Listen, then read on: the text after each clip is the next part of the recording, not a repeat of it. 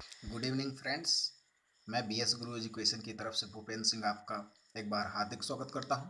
आज के current affair के साथ मैं भूपेंद्र सिंह आपको बारंबार ये याद दिलाना चाहता हूं कि आपके लिए ये वीडियो बहुत ही इम्पोर्टेंट होने वाला है। कृपया इसे लास्ट तक देखें। अपने फ्रेंड सर्किल में, आपस में, अपने मित्रों को इसको शेयर करें, लाइक करें और सब्सक्राइब करें। चलते हैं अपने नेक्स्ट पहली न्यूज़ की तरफ। ये आज 20 अगस्त है। देखते हैं आज काफ़ी अच्छा सेशन होने वाला है क्योंकि काफ़ी अच्छी न्यूज़ हैं। चलते हैं पहली न्यूज़ की तरफ। हमारी फर्स्ट न्यूज़ है, प्रधानमंत्री ने 47 करोड़ रुपए से अधिक की कुल लागत से प्रसाद योजना, सरकार एक प्रसाद योजना चला रही है। इसके तहत सोमनाथ मंदिर जो कि गुजरात में है, उसमें विभिन्न परियोजनाओं का उद्घाटन किया गया है। प्रधानमंत्री नरेंद्र मोदी जी ने 47 करोड़ रुपए से अधिक की लागत के प्रसाद योजना के तहत सोमनाथ मंदिर जो कि गुजरात में है, उसके वहाँ पर कई परियोजनाओं का उद्घाटन किया है। देखते हैं प्रसाद योजना क्या है। पर्यटन मंत्रालय द्वारा 14 और 15 में चिन्हित तीर्थ स्थलों के समग्र विकास के उद्देश्य से तीर्थ यात्रा, कायाकल्प और आध्यात्मिक संवर्धन पर राष्ट्रीय मिशन शुरू किया गया था। अक्टूबर 2017 में योजना का नाम बदलकर तीर्थ यात्रा, कायाकल्प और आध्यात्मिक विरासत संवर्धन अभियान यानी प्रसाद राष्ट्रीय मिशन कर दिया गया था।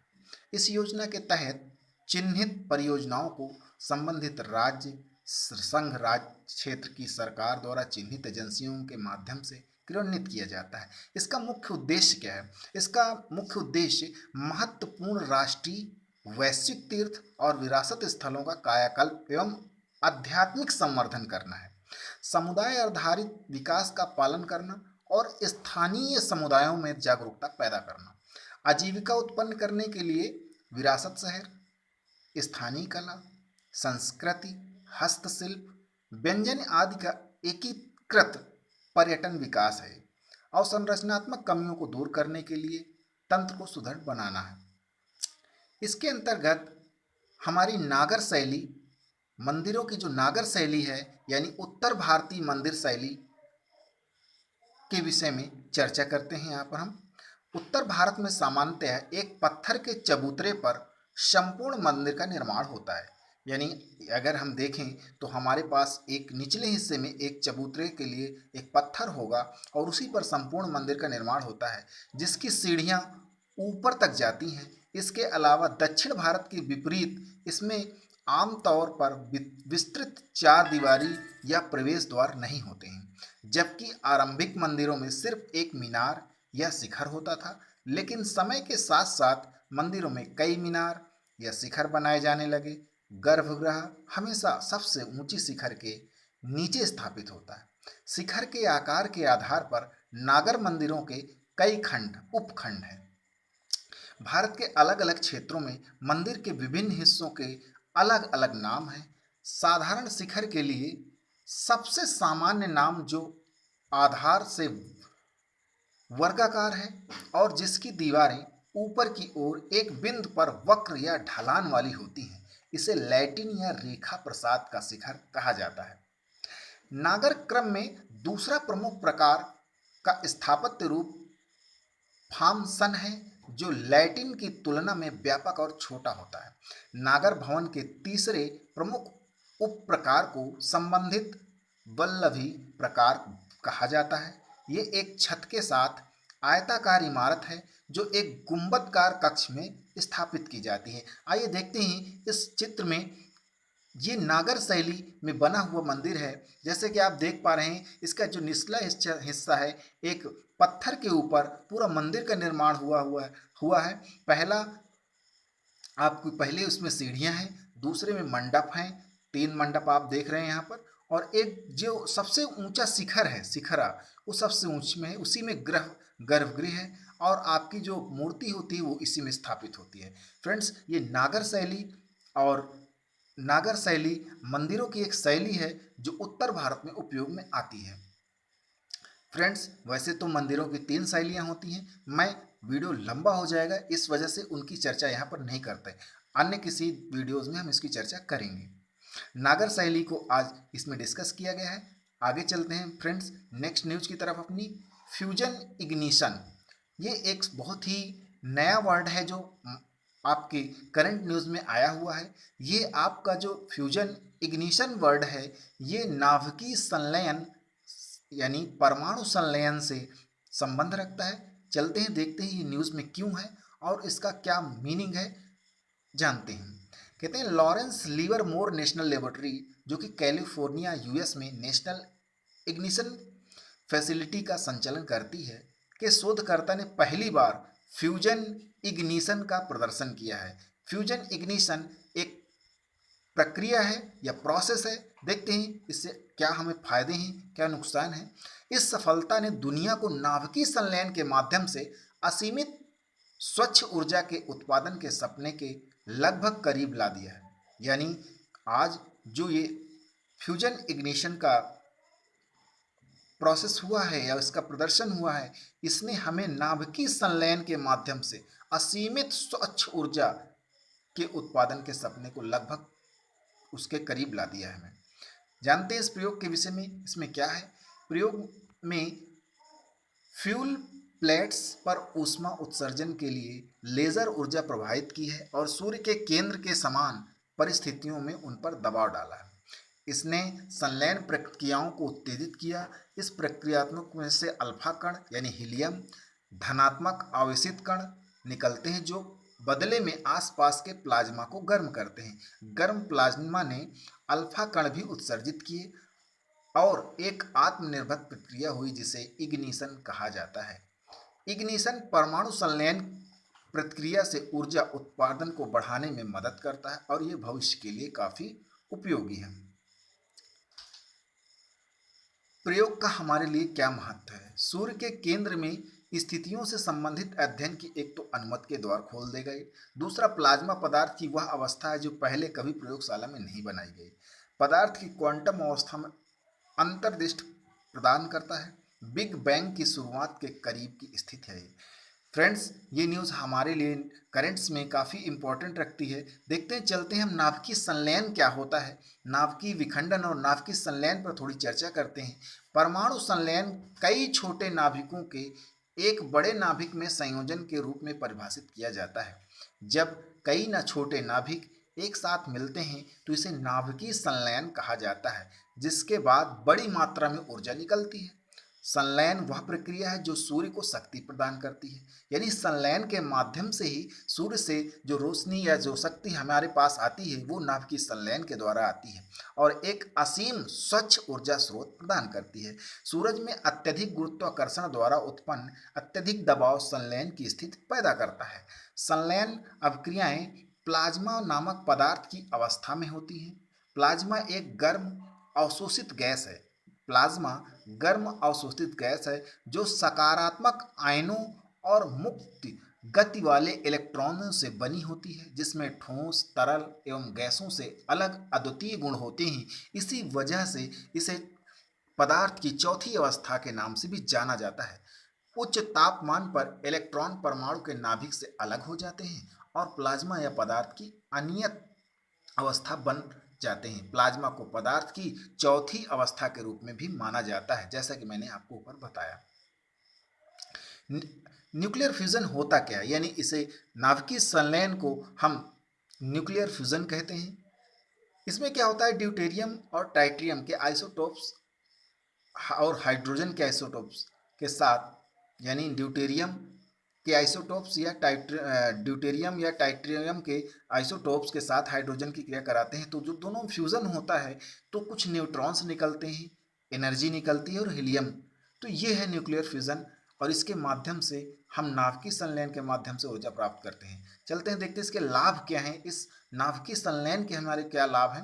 प्रचुर मात्रा में ऊर्जा, यानी सबसे पहली बात तो यह है कि हमें जब नाभिकीय संलयन होता है तो प्रचुर बड़ी ज़्यादा मात्रा में ऊर्जा उत्पन्न होती है, क्योंकि जैसा कि आप लोग जानते हैं कि सूर्य में भी सूर्य से हमें काफ़ी बड़ी मात्रा में ऊर्जा प्राप्त होती है और जो कि हाइड्रोजन के साथ इसी तरह टाइट्रियम या ड्यूटेरियम के अणुओं के आपस में मिलने की वजह से काफ़ी मात्रा में परमाणुओं के मिलने से काफ़ी मात्रा में ऊर्जा उत्पन्न होती है जो हमारे धरती तक पहुंचती है। तो नियंत्रित तरीके से परमाणुओं को एक साथ मिलाने से कोयला तेल या गैस के जलने जैसी रासायनिक प्रक्रिया की तुलना में लगभग 4 मिलियन गुना अधिक ऊर्जा और परमाणु विखंडन प्रक्रियाओं की तुलना में 4 गुना अधिक ऊर्जा होती है। यानी समान द्रव्यमान पर लगभग 4 गुना अधिक ऊर्जा उत्सर्जित होती है। संलयन की क्रिया में शहरों और उद्योगों को बिजली प्रदान करने हेतु आवश्यक बेस लोड ऊर्जा प्रदान करने की क्षमता होती है। स्थिरता, संलयन आधारित ईंधन व्यापक रूप से उपलब्ध है और लगभग अखंडनीय है। ड्यूटेरियम को सभी प्रकार के जल से डिस्टिल्ड किया जा सकता है, जबकि फ्यूजन प्रक्रिया के दौरान ट्राइटियम का उत्पादन किया जाएगा क्योंकि न्यूट्रॉन लिथियम के साथ फ्यूजन करते हैं। कार्बन डाइऑक्साइड का उत्सर्जन नहीं होता इसमें। सबसे पहले संलयन की क्रिया से वातावरण में कार्बन डाइऑक्साइड या अन्य ग्रीन हाउस गैसें जैसे हानिकारक विषाक्त पदार्थों का उत्सर्जन नहीं होता। इसका प्रमुख सह उत्पाद हीलियम है, जो कि एक अक्रिय और गैर विषाक्त गैस है। लंबे समय तक रहने वाले रेडियोधर्मी कचरे से बचाव। परमाणु संलयन रिएक्टर कोई उच्च गतिविधि लंबे समय तक रहने वाले परमाणु अपशिष्ट का उत्पादन नहीं करते हैं। तो इस तरह से नाभिकीय संलयन हमारे लिए काफ़ी उपयोग होने वाला है। फ्रेंड्स, चलते हैं हम जरा एक बार नज़र डालते हैं परमाणु संलयन तथा परमाणु विखंडन पर। तो इन परिभाषा पर ध्यान देते हैं। परमाणु विखंडन का आशय एक बड़े परमाणु का दो या दो से अधिक छोटे परमाणुओं में विभाजित हो जाना परमाणु विखंडन कहलाता है। नाभिकीय संलयन का आशय दो हल्के परमाणुओं के संयोजन से एक भारी परमाणु नाभिक के निर्माण की प्रक्रिया से है। यानी कई दो छोटे छोटे नाभिक जब आपस में मिलकर एक बड़े नाभिक का निर्माण करते हैं तो नाभिकीय संलयन कहलाता है। घटना, विखंडन प्रक्रिया सामान्य रूप से प्रकृति में घटित नहीं होती। जो परमाणु का जो विखंडन होता है वो प्रकृति में नहीं घटता है, प्रायः ये कृत्रिम है। और जबकि परमाणु संलयन प्रायः सूर्य जैसे तारों से संलयन प्रक्रिया घटित होती है। यानी नाभिकीय संलयन जो होता है, परमाणु संलयन जो होता है, वो हमारे आसपास के प्रकृति में हो रहा है। ऊर्जा आवश्यकता, विखंडन प्रक्रिया में दो परमाणुओं को विभाजित करने में बहुत कम ऊर्जा लगती है। दो या दो से अधिक प्रोटॉनों को एक साथ लाने के लिए अत्यधिक ऊर्जा की आवश्यकता होती है। यानी नाभिकीय परमाणु विखंडन में हमें कम ऊर्जा की आवश्यकता होती है, जबकि परमाणु संलयन में अत्यधिक ऊर्जा की आवश्यकता होती है। प्राप्त ऊर्जा, विखंडन द्वारा जारी ऊर्जा रासायनिक प्रक्रियाओं में जारी ऊर्जा की तुलना में 1,00,000 गुना अधिक होती है। हालांकि यह परमाणु संलयन द्वारा जारी ऊर्जा से कम होती है। संलयन से प्राप्त विखंडन से निकलने वाली ऊर्जा से 3 से 4 गुना अधिक होती है। जो संलयन से में ऊर्जा प्राप्त होती है वो 3-4 गुना ज़्यादा होती है।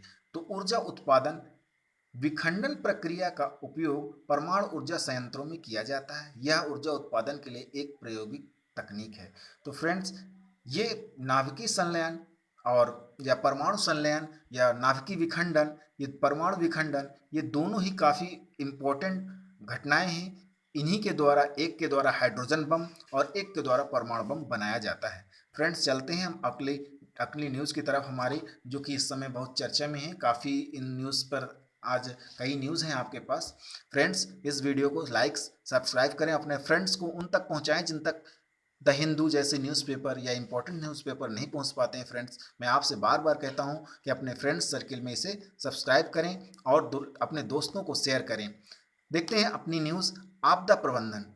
एक्चुअली फ्रेंड्स, आज हमारे चारों तरफ कुछ ऐसा घटनाएं होती जा रही हैं जो आपदा पर आपदा है। जैसे कि अभी आप लोग ही देख रहे हैं, कोविड-19 जैसी महामारी एक हमारे लिए आपदा ही है। इन कहीं बाढ़ की समस्या हो जाती है तो कहीं सूखे की, कहीं भूकंप आता है तो कहीं ज्वालामुखी फटता है। तो इस तरह की घटनाओं से बचने के लिए भारत सरकार ने कुछ तंत्र बना रखे हैं। आइए उनके विषय में जानते हैं कि आपदा प्रबंधन कैसे किया जाए। भारतीय राष्ट्रीय आपदा प्रबंधन प्राधिकरण, इसकी स्थापना वर्ष 2005 में आपदा प्रबंधन अधिनियम 2005 के अंतर्गत की गई थी। राष्ट्रीय आपदा प्रबंधन योजना वर्ष 2016 में जारी, यह आपदा प्रबंधन के लिए देश में तैयार की गई पहली राष्ट्रीय योजना है। राज्य आपदा प्रबंधन प्राधिकरण संबंधित राज्य के मुख्यमंत्री की अध्यक्षता में यह राज्य में आपदा प्रबंधन के लिए नीतियों और योजनाओं को निर्धारित करता है। तीसरा, हमारी सबसे निचले स्तर की जो इकाई है वो जिला आपदा प्रबंधन प्राधिकरण है। इस अधिनियम की धारा 25 में राज्य के प्रत्येक जिले के लिए जिला आपदा प्रबंधन यानी डिस्ट्रिक्ट डिजास्टर मैनेजमेंट अथॉरिटी के गठन का प्रावधान है। अन्य उपायों में राष्ट्रीय चक्रवात जोखिम समन परियोजना, राष्ट्रीय आपदा प्रतिक्रिया रिजर्व, आपदा मित्र योजना आदि शामिल हैं। तो फ्रेंड्स, यदि हमारे यहाँ कोई आपदाएं आती हैं तो उनको इस तरह से कैटेगराइज किया गया है कि सबसे पहले आपका राष्ट्रीय आपदा प्रबंधन योजना है। वो यदि कोई राष्ट्रीय स्तर की आपके वहाँ आपदा आती है तो उसे राष्ट्रीय आपदा प्रबंधन योजना के तौर पर उसे देखा जाता है। दूसरा राज्य आपदा प्रबंधन प्राधिकरण है और जिला आपदा प्रबंधन प्राधिकरण है। ये सभी जो है प्राधिकरण अपने अपने स्तर पर अपने क्षेत्र में होने वाली आपदाओं पर हमें समुचित सहायता मुहैया कराते हैं। फ्रेंड्स, चलते हैं हम अगले अपने काफ़ी, ये हमारे न्यूज़ काफ़ी इम्पोर्टेंट होने वाली है। मुपला विद्रोह 1921 में हुई थी ये घटना। एक राजनीतिक नेता ने दावा किया है कि जो मुपला विद्रोह हुआ था 1921 में, मपिला दंगों के रूप में भी इन्हें जाना जाता है, भारत में तालिबान मानसिकता की पहली अभिव्यक्तियों में से एक था। अभी हम लोग देख रहे हैं कि अफगानिस्तान में तालिबान ने अपना पूरा कब्जा काबुल पर कर लिया है। राजधानी पे कब्जा, एक तरीके से कहें पूरे देश में कब्जा हो गया और वहाँ के जो प्रशासन के जितने भी लोग हैं वो सारे लोग इधर उधर हो गए या अन्य देशों में चले गए हैं। तो इसी की घटनाक्रम में यहाँ पर बताया गया कि जो मुपला विद्रोह था वो भी एक तरीके से तालिबान मानसिकता की पहली अभिव्यक्ति थी। देखते हैं क्या है मुपला विद्रोह। तो मपिला नाम मलयाली भाषा में मुसलमानों को दिया जाता है। मपिला नाम मलयाली भाषा में मुसलमानों को दिया जाता है जो उत्तरी केरल के मालाबार तट पर निवास करते रहे हैं। वर्ष 1921 तक मुपला ने मालाबार में सबसे बड़े और सबसे तेजी से बढ़ते समुदाय का गठन किया और मालाबार की 1 मिलियन की कुल आबादी में मुपला 32% के साथ दक्षिण मालाबार के क्षेत्र में केंद्रित थे। विद्रोह मुस्लिम धर्म गुरुओं के उग्र भाषणों और ब्रिटिश विरोधी भावनाओं से प्रेरित होकर मपिलाज ने एक हिंसक विद्रोह शुरू किया। साथ ही कई हिंसक घटनाओं की सूचना दी गई तथा ब्रिटिश एवं हिंदू जमींदारों दोनों के खिलाफ उत्पीड़न की शिकायत भी की गई। कुछ लोग इसे धार्मिक कट्टरता का मामला बताते हैं, वहीं कुछ अन्य लोग इसे ब्रिटिश सत्ता के खिलाफ संघर्ष के उदाहरण के रूप में देखते हैं।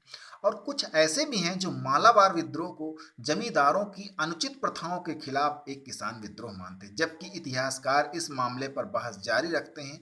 इस प्रकरण पर व्यापक सहमति से पता चलता है कि यह राजनीतिक शक्ति के खिलाफ संघर्ष के रूप में शुरू हुआ था, जिसने बाद में सांप्रदायिक रंग ले लिया। यानी ये एक राजनीतिक शक्ति के खिलाफ संघर्ष था, बाद में इसने राजनीतिक सांप्रदायिकता का रूप ले लिया, यानी हिंदू बनाम मुसलमान ये हो गया। मुपला विद्रोह खास करके हिंदू और मुस्लिमों के बीच में हुए मुठभेड़ के तौर पर या विद्रोह के तौर पर जाना जाता है।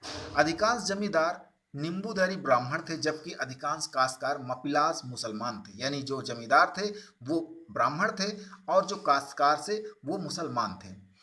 दंगों में लगभग 10,000 से अधिक हिंदुओं की सामूहिक हत्याएं, महिलाओं के साथ बलात्कार, जबरन धर्म परिवर्तन, लगभग 3,000 मंदिरों का विध्वंस, 300 मंदिरों का विध्वंस या उन्हें क्षति पहुंचाई गई। करोड़ों रुपए की संपत्ति की लूट और आगजनी तथा हिंदुओं के घरों को जला दिया गया। तो इस तरह की घटनाएं हुई। अब इसका कारण क्या था? एक्चुअली कारण ये था कि असहयोग और खिलाफत आंदोलन इसके कारण थे। विद्रोह का ट्रिगर कारण 1920 में कांग्रेस द्वारा खिलाफत आंदोलन के साथ शुरू किए गए असहयोग आंदोलन था। इन आंदोलनों से प्रेरित ब्रिटिश विरोधी भावना ने मुसलमान मपिलास को प्रभावित किया था। फ्रेंड्स, ये जो न्यूज़ आपकी देख रहे हैं मपिलास की, ये काफ़ी इंपॉर्टेंट है क्योंकि ये न्यूज़ में है। ये यूपीएससी की दृष्टि से काफ़ी इंपॉर्टेंस रखते हैं फ्रेंड्स, और अन्य किसान आंदोलन भी काफ़ी इंपॉर्टेंस रखते हैं, जो कि जैसे बारदौली सत्याग्रह, आपके बिरसा मुंडा विद्रोह, इस तरह के कई ऐसे घटनाएं हैं फ्रेंड्स जो आप यूपीएससी के लिए काफ़ी इंपॉर्टेंट है। कृपया आप इन्हें हिस्ट्री में देखें। असहयोग और खिलाफत आंदोलन का जैसा कि मैंने जिक्र किया, इन्हें भी आप थोड़ा सा अच्छे से डिटेल में देखें क्योंकि वीडियो लंबा हो जाएगा, इस वजह से इसमें इसको कवर करना थोड़ा उचित नहीं है फ्रेंड्स। आज बाकी जैसे ही न्यूज़ में कहीं आते हैं मैं आपके लिए इनको काफ़ी हद तक विस्तृत चर्चा करेंगे। देखते हैं आज हमारे वातावरण में काफ़ी हद तक प्रदूषण फैल रहा है। आज सभी लोग, हम और आप, रेफ्रिजरेटर का उपयोग कर रहे हैं तरह तरह की मशीनें, तरह तरह की मशीनरी या रेफ्रिजरेशन इंस्ट्रूमेंट का उपयोग कर रहे हैं। तो मॉन्ट्रियल प्रोटोकॉल और किगाली संशोधन, देखते हैं इसका परिचय क्या है, उसमें क्या बताया गया है, इस पर आज चर्चा करते हैं। परिचय: संयुक्त राज्य अमेरिका और चीन और भारत अपने H F C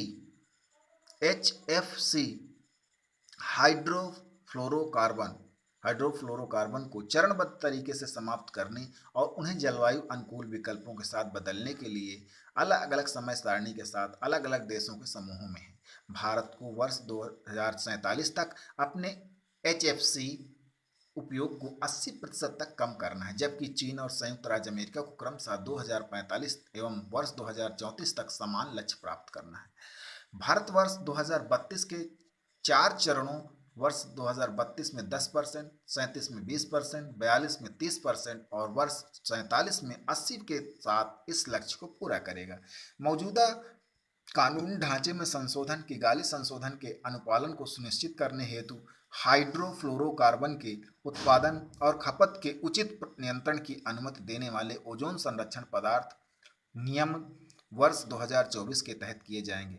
friends, Montreal protocol में किगाली संशोधन को देखते हुए इसमें क्या संशोधन है देखते हैं। किगाली संशोधन का उद्देश्य हाइड्रोक्लोरोफ्लोरोकार्बन के उत्पादन और खपत को कटौती कर उसे चरणबद्ध तरीके से कम करना है। इसका लक्ष्य वर्ष 2047 तक HCF खपत में 80% से अधिक की कमी करना है।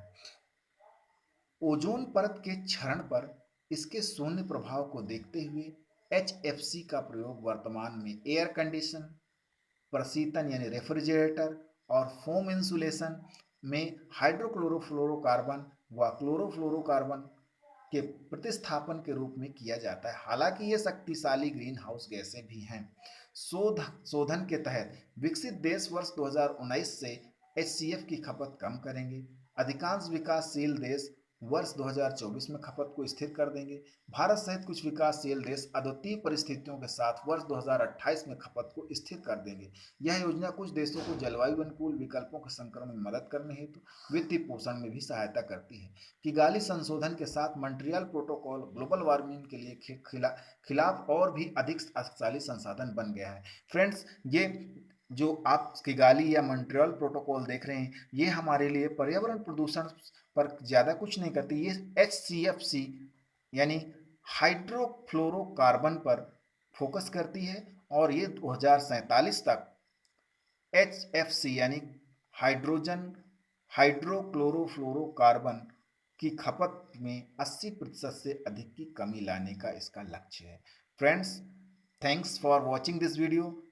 फ्रेंड्स, यदि ये वीडियो आपको अच्छा लगता है तो कृपया इसे लाइक करें, सब्सक्राइब करें। Thanks for watching again and again.